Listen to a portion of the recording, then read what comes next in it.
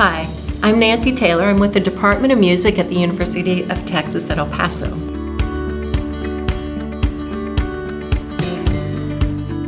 This video, we're going to talk about hearing conservation.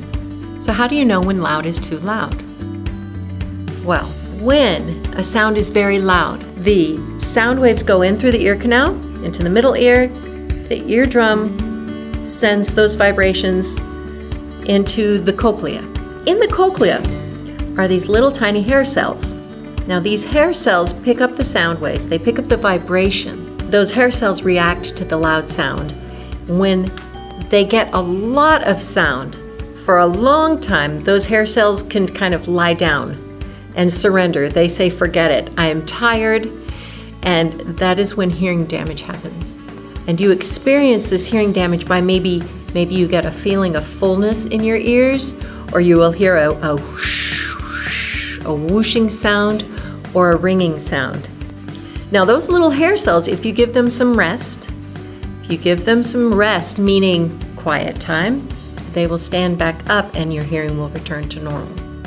OSHA, which is the Occupational Safety and Health Administration, did some research in factory settings that 85 decibels for an 8-hour period of time is okay, and that hearing damage will not occur if the sound level does not go above 85 decibels. 85 decibels would be the volume of a vacuum cleaner maybe, or of a trumpet. Maybe of a trumpet, but then again, how close is the trumpet? How loud is the trumpet? But I'm a trumpet player and I've put my decibel meter there, and if I'm playing at a pretty decent volume, that's about 85 decibels.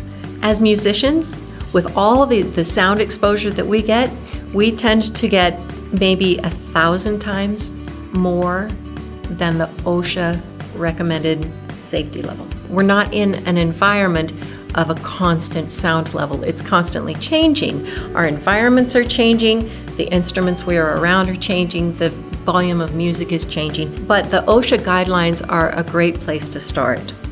So how do you know all these decibel levels? Well, it's actually pretty easy. You can just download a decibel meter on your phone.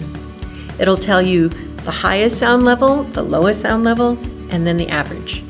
This hearing damage is preventable. First, by understanding the decibel levels, and then limiting your exposure to those decibel levels. You've just been to a loud concert, you've been in a loud rehearsal, you went to a loud movie, maybe your ears are feeling whooshy. The first thing you do is give it a rest. So as you drive home, don't listen to the radio. When you get home, don't turn on the television. Don't go to spin class. Don't mow the lawn. Give your ears a timeout. Just give the whole hearing mechanism a rest with silence. Sometimes that's not always easy, but it's important when you experience those signs of hearing damage. Protect your ears. Give them a timeout. Give them some rest.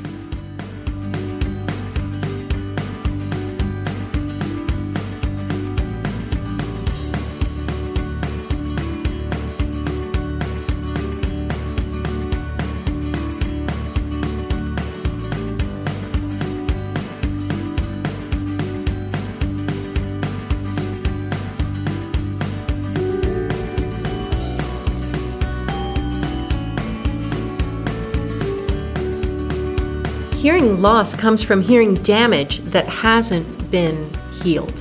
If you find yourself saying, what? Beg your pardon? Or you think everybody is mumbling, if you're having trouble hearing the difference between B, D, T, G, these are signs of hearing loss. And hearing loss can be devastating. It can be socially isolating. You don't want to go to a party because you can't hear anybody. It can cost you your job because maybe you're not doing well in rehearsal because the conductor says, let's start at letter B, and you say letter D. So remember, hearing damage can be repaired. Give yourself rest. Give your hearing mechanism a timeout. Hearing loss cannot be repaired. loss is loss.